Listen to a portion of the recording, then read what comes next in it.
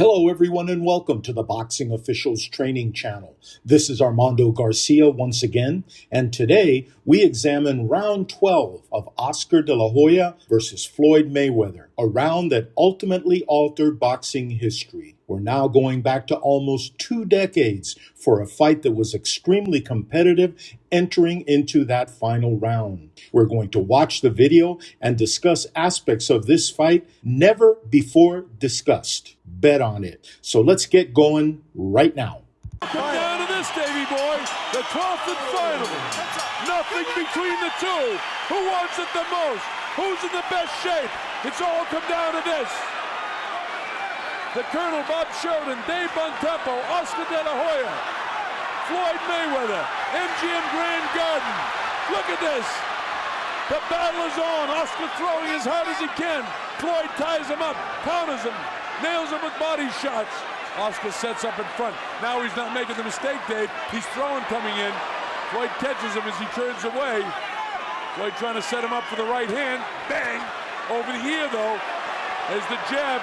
Floyd is extraordinary with his hand speed. Now he ties up Oscar. Kenny Bayless lets him go. He doesn't want to interfere in this fight. Doing a great job refereeing. Mayweather hit a different gear in round 10, and he has stepped up. And De La Hoya trying to summon some magic, missing with the same shots that were landing earlier just because of the split-second timing of punching a guy later in the fight when your arms are a little bit more tired. Well, he's fatigued for sure, and the other guy is so sharp. See him countering him. Oscar trying to do what he can, the wide shots. He's not doing anything to the head. He hasn't really loaded up a right-hand shot to the head.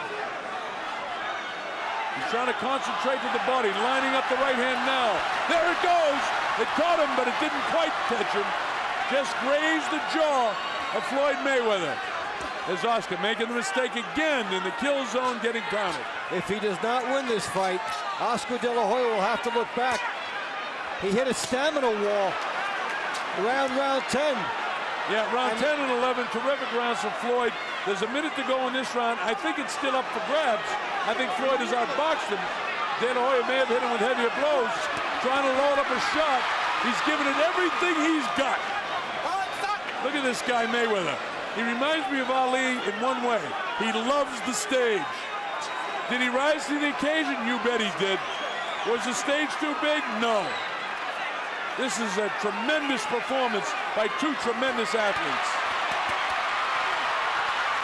Look at De La Hoya trying to finish strong. De La Hoya pouring it on. Mayweather's been the better boxer, and a good right hand there by Floyd Mayweather. Oscar tries to lean on him. 30 seconds to go to history.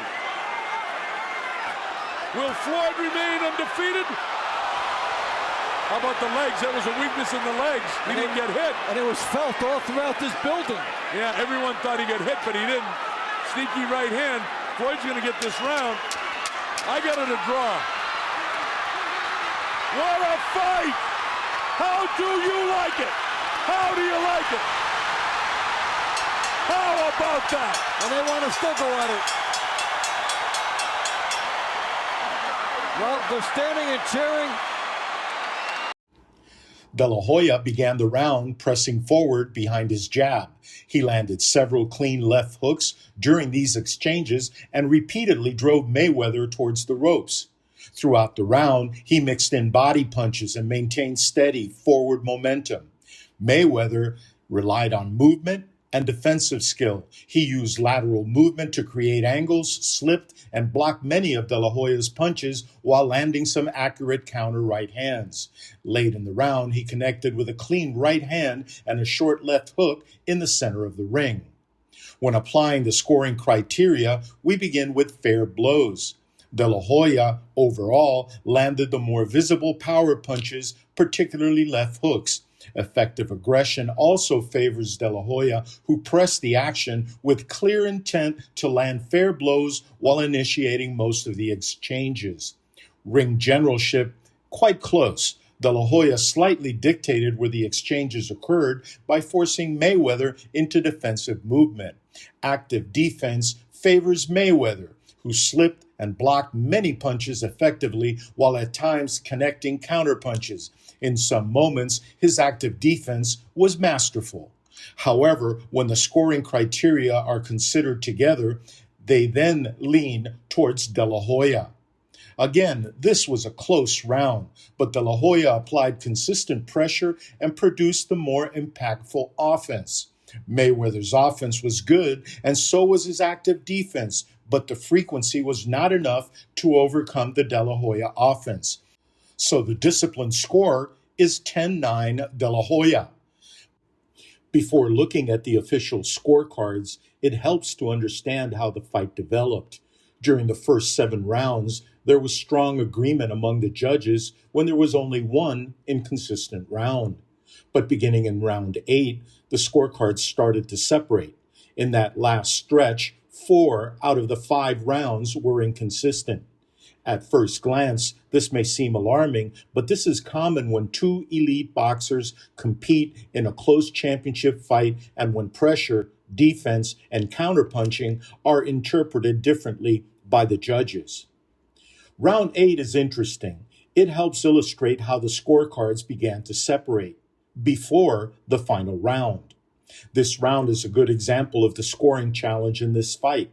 De La Hoya applied pressure and threw the higher volume of punches, while Mayweather relied on accuracy and defensive control.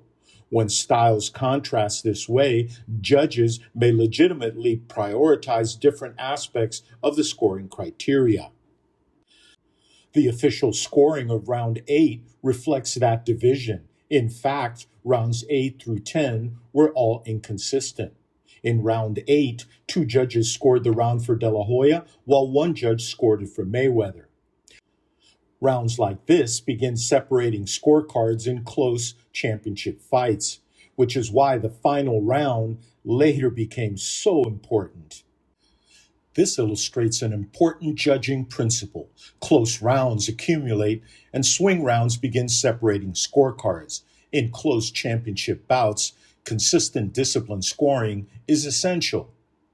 Before we wrap this up, there's another interesting detail in the official scorecards. The judges' scorecards differed by as much as 6 points overall. Judge 1 to Judge 2, 4 points. Judge 1 to Judge 3, 6 points. Judge 2 to Judge 3, 2 points. Yet, despite those differences across the scorecards, the decision still hinged on one round, the final round.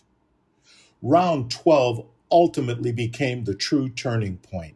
Interestingly, this round produced the same scoring pattern we saw earlier in round 8. 2 judges for De La Hoya and 1 for Mayweather. The deciding scorecard was Judge 2, positioned between the other 2 cards. If Judge 2 scored round 12 for De La Hoya, like most observers believe, that scorecard changes from 115-113 to 114-114, and the result of the fight now becomes a split draw. 1 round, 1 score, and history changed. All right, thank you for watching. Your feedback is welcome, and see you in the next analysis round.